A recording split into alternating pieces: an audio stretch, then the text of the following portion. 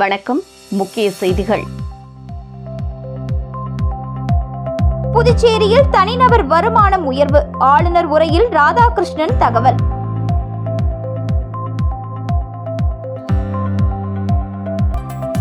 பேரவையில் திமுக காங்கிரஸ் அமளி, ஆளுநர் உரைக்கு எதிர்ப்பு தெரிவித்து வெளிநடப்பு.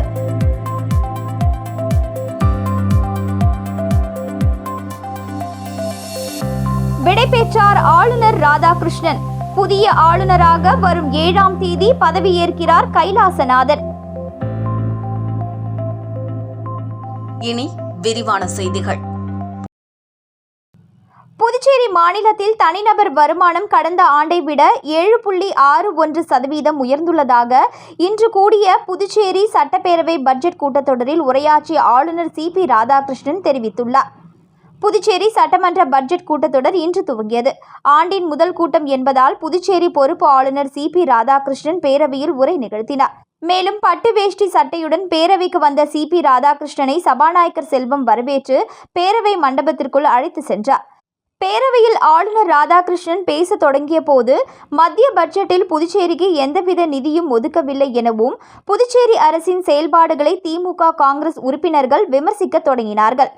தவறு இருந்தால் சுட்டி காட்டுங்கள், அரசு தரப்பில் திருத்திக் கொள்ளட்டும், முதலில் எனது உரையை கேளுங்கள், தயவு செய்து அமருங்கள், இது எனது முதல் உரை, வேறு மாநிலத்திற்கு மாற்றப்பட்டதால் இது கடைசி உரை என்று குறிப்பிட்டு பேச தொடங்கினார் ராதாகிருஷ்ணன்.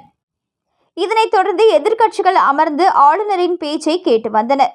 தொடர்ந்து உரையாற்றிய ஆளுநர் CP ராதாகிருஷ்ணன், புதுச்சேரியில் கடந்த ஆண்டின் மொத்த ஒதுக்கீடான 12.25 கோடி ரூபாயில் 93.58 விழுக்காடு செலவு செய்துள்ளதாகவும், புதுச்சேரி மாநிலத்தில் தனிநபர் வருமானம் 2.63 லட்சம் ரூபாயாக உயர்ந்துள்ளதாகவும், இது கடந்த ஆண்டை விட 7.61 விழுக்காடு வளர்ச்சியை அடைந்துள்ளதாக குறிப்பிட்ட ஆளுநர், விவசாயிகளுக்கு உற்பத்தி மானியமாக 7.85 கோடி ரூபாய் ஒதுக்கப்பட்டுள்ளதாகவும், இலவச அரிசி வழங்கும் திட்டத்தின் கீழ் 3.37 லட்சம் குடும்பத்தினருக்கு 219 கோடி ரூபாய் செலவு செய்துள்ளதாகவும், முதலமைச்சரின் எரிவாயு மானிய திட்டத்திற்காக 21.50 ரூபாய் செலவு செய்யப்பட்டுள்ளதாகவும், புதுச்சேரியில் உபரி மின்சாரத்தை விற்பனை செய்யப்பட்டதில் 261.20 கோடி ரூபாய் வருவாய் கிடைத்துள்ளதாக மகிழ்ச்சியை வெளிப்படுத்திய ராதாகிருஷ்ணன், புதுச்சேரி தொழில்நுட்ப பல்கலைக்கழக வளாகம் கட்ட 8 கோடி ரூபாய் ஒதுக்கியுள்ளதாகவும்,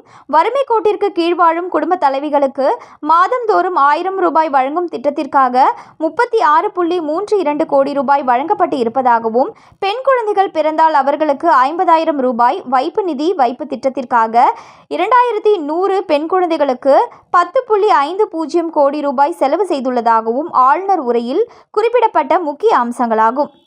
புதுச்சேரி பேரவையில் முந்தைய ஆளுநராக இருந்த தமிழிசை சவுந்தரராஜனுக்கு பிறகு இன்று CP ராதாகிருஷ்ணன் 75 நிமிடங்கள் தமிழில் உரையாற்றினார் என்பது குறிப்பிடத்தக்கது.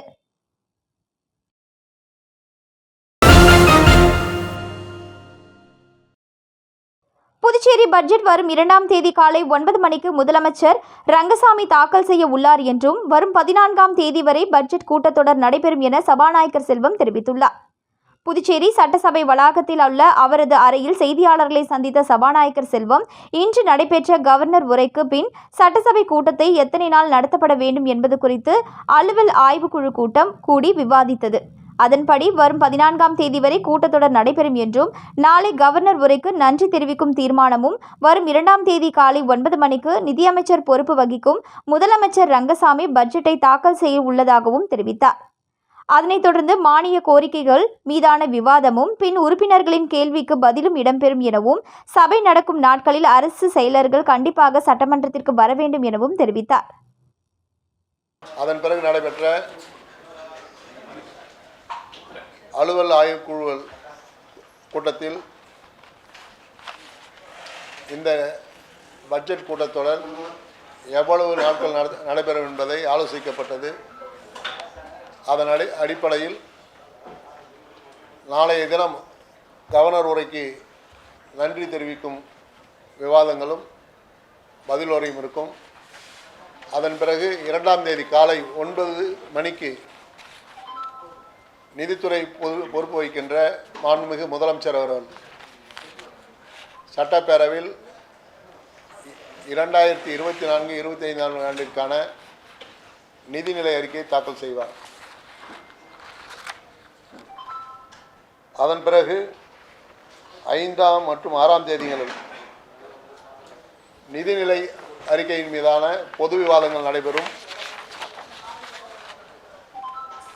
7, 8, 9 ஆகிய 3 தினங்களில் 2024-25 ஆண்டிற்கான மாண்புமிகு முதலமைச்சர் மற்றும் அமைச்சர்கள் மானிய கோரிக்கைகள் மற்றும் முன்மொழிதல் மீதான விவாதமும் வாக்கெடுப்பு நடைபெறும்.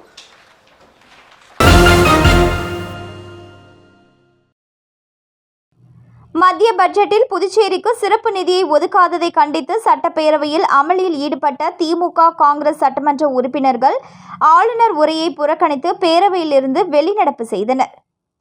புதுச்சேரியின் 2024-2025 ஆண்டிற்கான பட்ஜெட் கூட்டத்தொடர் இன்று காலை 9:30 மணிக்கு ஆளுநர் உரையுடன் தொடங்கியது. துணைநிலை ஆளுநர் சிபி ராதாகிருஷ்ணன் பேரவையில் உரை வாசிப்பை தொடங்கும் போது திமுக, காங்கிரஸ் சட்டமன்ற உறுப்பினர்கள் மத்திய பட்ஜெட்டில் புதுச்சேரிக்கு நிதி ஒதுக்கப்படவில்லை என ஆளுநருடன் வாதம் வைத்தனர். அப்போது உரையில் என்ன விவரம் இருக்கின்றது என்பதை அமைதியாக கேளுங்கள், அதில் சந்தேகம் இருந்தால் குறிப்பிடுங்கள், அதற்கு விளக்கம் அளிக்கின்றேன் என அவர்களிடம் ஆளுநர் சிபி ராதாகிருஷ்ணன் கூறி தனது உரையை வாசிக்க துவங்கினார். அப்போது உரை வாசிப்பின் இடையே குறுக்கிட்ட திமுக, காங்கிரஸ் சட்டமன்ற உறுப்பினர்கள் மத்திய அரசு புதுச்சேரிக்கு சிறப்பு நிதி ஒதுக்காததை கண்டித்தும், கடந்த பட்ஜெட்டில் அறிவித்த திட்டங்களை நிறைவேற்றாதது, துறைமுகம் விரிவாக்கம், விமான நிலைய விரிவாக்கம், நியாய விலை கடைகள் திறக்காதது, மின்துறை தனியார் மயம் உள்ளிட்ட பல்வேறு மக்கள் பிரச்சினைகளை சுட்டிக்காட்டி அமளியில் ஈடுபட்டனர். தொடர்ந்து அவர்கள் ஆளுநர் உரையை கண்டித்து பேரவையில் இருந்து வெளிநடப்பு செய்தனர்.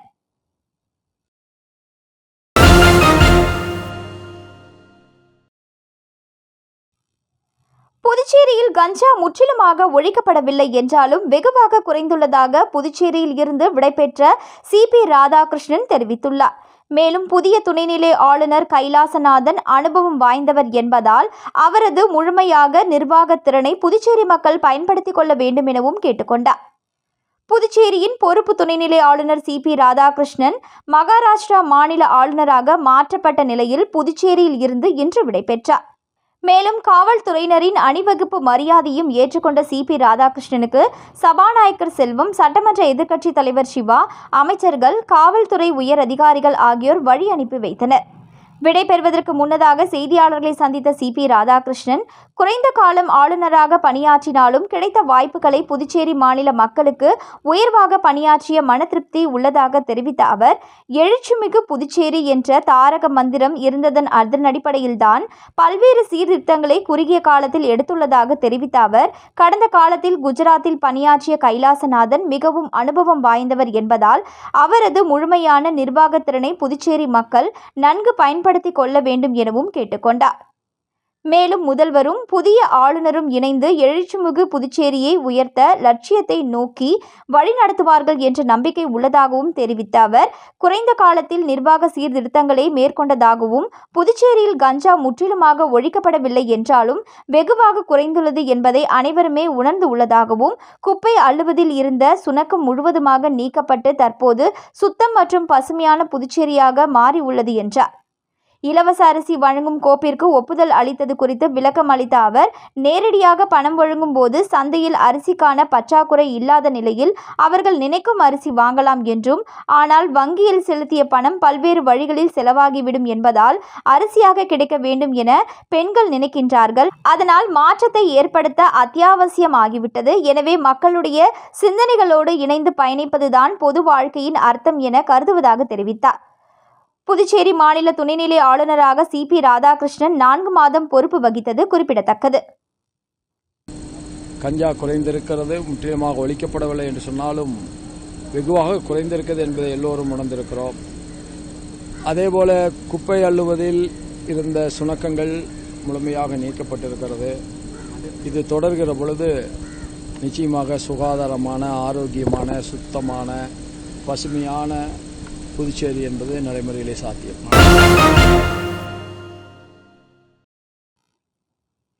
புதுச்சேரி முதலமைச்சர் ரங்கசாமி பிறந்தநாளை முன்னிட்டு செல்லிப்பட்டு அரசு உயர்நிலைப் பள்ளியில் நலத்திட்ட உதவிகள் வழங்கும் நிகழ்ச்சி முன்னாள் சட்டமன்ற உறுப்பினர் கோபிகா தலைமையில் நடைபெற்றது. புதுச்சேரி மாநில முதலமைச்சர் ரங்கசாமி பிறந்தநாளை முன்னிட்டு புதுச்சேரி முழுவதும் பல்வேறு நலத்திட்ட உதவிகள் வழங்கி கொண்டாடப்பட்டு வருகின்றது. அதன் ஒரு பகுதியாக திருபுவனை தொகுதிக்கு உட்பட்ட செல்லிப்பட்டு கிராமத்தில் உள்ள அரசு உயர்நிலைப் பள்ளியில் மாநில முதலமைச்சர் ரங்கசாமியின் பிறந்தநாளை முன்னிட்டு திருபுவனை தொகுதியின் முன்னாள் சட்டமன்ற உறுப்பினர் கோபிகா தலைமையில் நலத்திட்ட உதவிகள் வழங்கும் விழா நடைபெற்றது. இதில் கடந்த கல்வியாண்டில் 10ஆம் வகுப்பு தேர்வில் பள்ளி அளவில் முதல் 3 இடங்களை பிடித்த செல்லிப்பட்டு மற்றும் சோரப்பட்டு அரசு உயர்நிலைப் பள்ளி மாணவ மாணவிகளுக்கு சால்வை அணிவிக்கப்பட்டு நினைவு பரிசுகள் மற்றும் ஊக்கத்தொகை வழங்கி பாராட்டப்பட்டது. தொடர்ந்து இப்பள்ளியில் பயிலும் அனைத்து மாணவ மாணவிகளுக்கும் நோட்டு புத்தகம் உள்ளிட்ட எழுதுபொருட்கள் மற்றும் இனிப்புகள் வழங்கி கொண்டாடப்பட்டது. மேலும் இந்நிகழ்ச்சியில் என்ஆர் காங்கிரஸ் கட்சியின் இலக்கிய அணி பேரவைத் தலைவர் தனசேகர், செல்லிப்பட்டு என்ஆர் காங்கிரஸ் கட்சி நிர்வாகிகள் ராஜா கோவிந்தன், குமாரசாமி, துரைபாபு, சோரப்பட்டு சேர்ந்த மகேந்திரன், பரஞ்சோதி, நாகப்பன், கார்த்திகேயன், சக்திவேல், கண்ணன், இன்பநாதன், சக்தி உள்ளிட்ட நிர்வாகிகள் பலர் உடனிருந்தனர். மேலும் பள்ளியின் பொறுப்பு ஆசிரியர் ஜான் பெந்தகோஸ்து அனைவரையும் வரவேற்று கௌரவித்தார்.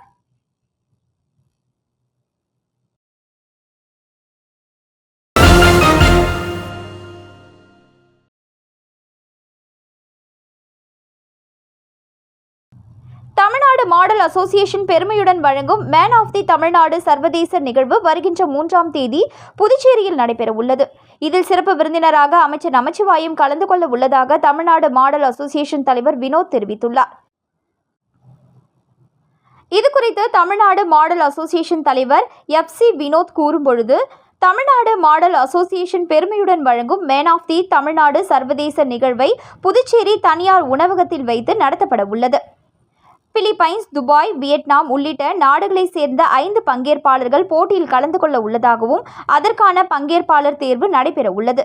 ஏற்கனவே சென்னையில் நடைபெற்று முடிந்துள்ளதாக குறிப்பிட்ட அவர், இந்த நேர்முக தேர்வு வருகின்ற 3ஆம் தேதி சனிக்கிழமை அன்று புதுச்சேரியில் நடைபெற உள்ளதாக தெரிவித்தார். இந்நிகழ்வில் உள்துறை அமைச்சர் நமச்சிவாயம் கலந்து கொண்டு நிகழ்ச்சியை துவக்கி வைக்க உள்ளதாகவும் கூறினார். மேன் ஆஃப் தி தமிழ்நாடு சர்வதேச நிகழ்வின் நோக்கம் என்பது இளைஞர்களுக்கு ஒரு வாய்ப்பை ஏற்படுத்தி கொடுக்க வேண்டும் என்பதற்காக இந்த நிகழ்வு நடத்தப்பட உள்ளதாக தெரிவித்தார். இளைஞர்கள் இதில் பங்கேற்பதால் போதை பழக்கத்திலிருந்து விடுபடவும் மேலும் அவருடைய வாழ்க்கை முறையை மாற்றிக் கொள்ளவும் இந்த நிகழ்வு பயனுள்ளதாக இருக்கும் என்றார்.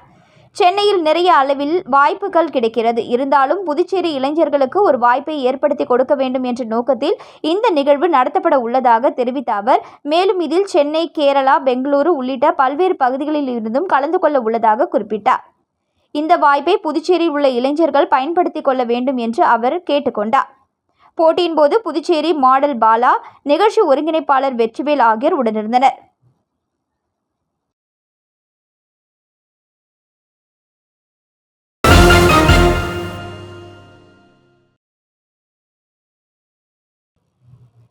புதுச்சேரி முத்தியால்பேட்டை தொகுதி காங்கிரஸ் கட்சியின் பொறுப்பாளர் ஈரம் ராஜேந்திரன் தனது பிறந்தநாளை முன்னிட்டு சொந்த செலவில் தொகுதி முழுவதும் உள்ள மக்களுக்கு நலத்திட்ட உதவிகளை வழங்கி பிறந்தநாளை கொண்டாடினார்.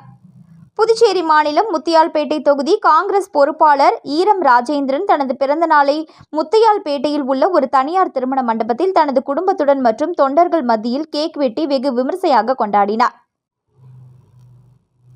பிறந்த நாளை கொண்டாடிய இவருக்கு காங்கிரஸ் கட்சியின் முன்னாள் முதலமைச்சர் நாராயணசாமி, MP வைத்தியலிங்கம், சட்டமன்ற உறுப்பினர் நேரு, முன்னாள் காங்கிரஸ் தலைவர் AV சுப்பிரமணியன், முன்னாள் அமைச்சர் கந்தசாமி, முன்னாள் MLA அனந்தராமன், காங்கிரஸ் துணைத் தலைவர் தேவதாஸ், இளைஞர் காங்கிரஸ் தலைவர் ஆனந்தபாபு, நடராஜன் உள்ளிட்ட காங்கிரஸ் கட்சி நிர்வாகிகள், பிரமுகர்கள், தொழிலதிபர்கள் உள்ளிட்டோர் மற்றும் ஏராளமான தொகுதி மக்கள் சால்வை அணிவித்தும் பூங்கொத்துகள் கொடுத்தும் வாழ்த்துக்களை தெரிவித்தனர். இந்நிகழ்ச்சியில் முத்தியால்பேட்டை தொகுதி ஏழை எளிய பயனாளிகளுக்கு 10 தட்டுவண்டி, 20 தையல் இயந்திரம், 2 பேருக்கு இருசக்கர வாகனம், சுமார் 2000 பேருக்கு புடவை மற்றும் 1500 குடும்பங்களுக்கு குடும்ப நலத்திட்ட உதவி அட்டை போன்ற நலத்திட்ட உதவிகளை வழங்கினர். அதனைத் தொடர்ந்து முத்தியால்பேட்டை தொகுதி காங்கிரஸ் கட்சி அலுவலகம் திறக்கப்பட்டது. இவரது ஆதரவாளர்கள் தொகுதி முழுவதும் பட்டாசு வெடித்தும் அன்னதானம் வழங்கியும் ஈரம் ராஜேந்திரன் பிறந்தநாளை விமர்சையாக கொண்டாடினார்கள்.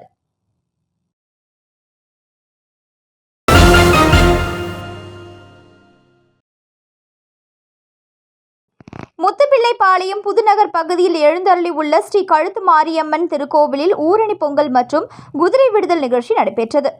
வில்லியனூர் கொம்யூனியன் முத்துப்பிள்ளைப்பாளையம் புதுநகர் பகுதியில் எழுந்தருளி உள்ள அருள்மிகு ஸ்ரீ கழுத்துமுத்து மாரியம்மன் ஆலயத்தின் 17ஆம் ஆண்டு ஆடி மாத செடல் பிரம்மோற்சவ விழாவை முன்னிட்டு காலை அம்மனுக்கு பால், தயிர், பஞ்சாமிர்தம், இளநீர், மஞ்சள், சந்தனம், பன்னீர் உள்ளிட்ட பலவித திரவியங்களால் ஆன சிறப்பு அபிஷேகங்கள் நடைபெற்று தீபாராதனைகள் காண்பிக்கப்பட்டது. தொடர்ந்து கால் நடுதல், காப்பு கட்டுதல் நிகழ்ச்சியும் நடைபெற்றது. மாலை கிராம பெண்கள் சார்பில் ஊரணி பொங்கலிட்டு குதிரை விடுதல் நிகழ்ச்சி நடைபெற்றது. தொடர்ந்து ஐயனாரப்பன், பூரணி, பொற்கிழை சுவாமி வீதி உலா நிகழ்ச்சி நடைபெற்றது. இந்நிகழ்ச்சிக்கான ஏற்பாடுகளை ஆலய அறங்காவலர் குழு செயலாளர் சங்கர், துணைத் தலைவர் கன்னியப்பன், பொருளாளர் தமிழ்ச்செல்வன், துணை செயலாளர் வீரப்பன், துணை பொருளாளர் சூரியகுமார் உள்ளிட்ட ஆலய நிர்வாகிகள், பொதுமக்கள் இணைந்து செய்திருந்தனர்.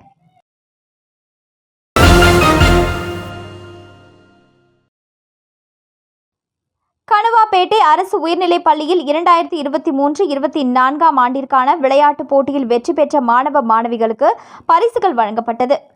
கணுவாப்பேட்டை அரசு உயர்நிலைப் பள்ளியில் 2023-24 ஆண்டிற்கான விளையாட்டுப் போட்டிகள் நடைபெற்றது. இந்த போட்டிகளை பள்ளி உடற்கல்வி ஆசிரியர் திருமாவளவன் நடத்தினார். விளையாட்டுப் போட்டிகளுக்கான பரிசளிப்பு விழா பள்ளி வளாகத்தில் நடைபெற்றது. இதில் வெற்றி பெற்ற மாணவ மாணவிகளுக்கு பள்ளியின் தலைமை ஆசிரியை விஜயலட்சுமி பரிசுகளை வழங்கி பாராட்டினார். மேலும் ஆசிரியை ரூவியர் பெரோசியா வரவேற்புரை வழங்கினார். பள்ளியின் பொறுப்பு ஆசிரியர் இளஞ்செழியன் முன்னிலை வகித்தார். இறுதியாக உடற்கல்வி ஆசிரியர் திருமாவளவன் நன்றியுரை வழங்கினார். இவ்விழாவில் அனைத்து நிலை ஆசிரியர்களும் கலந்து கொண்டு விழாவினை சிறப்பித்தனர். நிகழ்ச்சியில் கிரிக்கெட் போட்டி, கயிறு இழுத்தல் போட்டி, ஓட்டப்பந்தயம், உயரம் தாண்டுதல் உள்ளிட்ட பல்வேறு போட்டிகள் நடைபெற்றது. ஒட்டுமொத்தமாக ஆண்கள் பிரிவில் ரிஷிவர்மன், பெண்கள் பிரிவில் ஸ்வேதா மற்றும் தேன்மொழி ஆகியோர் சிறப்பாக தங்களது திறமைகளை வெளிப்படுத்தினர்.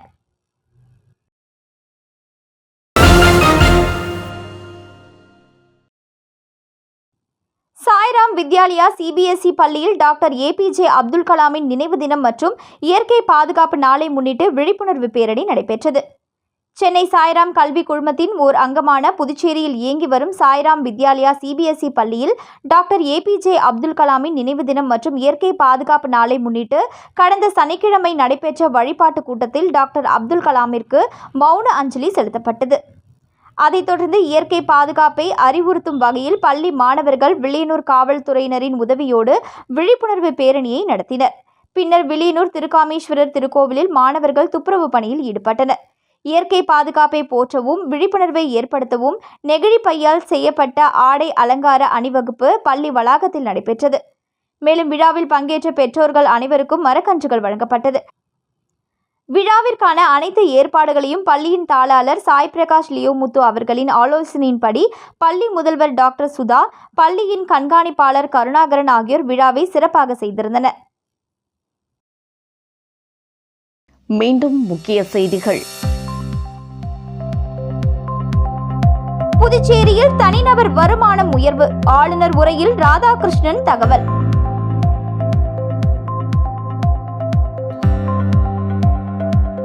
பேரவையில் திமுக காங்கிரஸ் அமளி, ஆளுநர் உரைக்கு எதிர்ப்பு தெரிவித்து வெளிநடப்பு.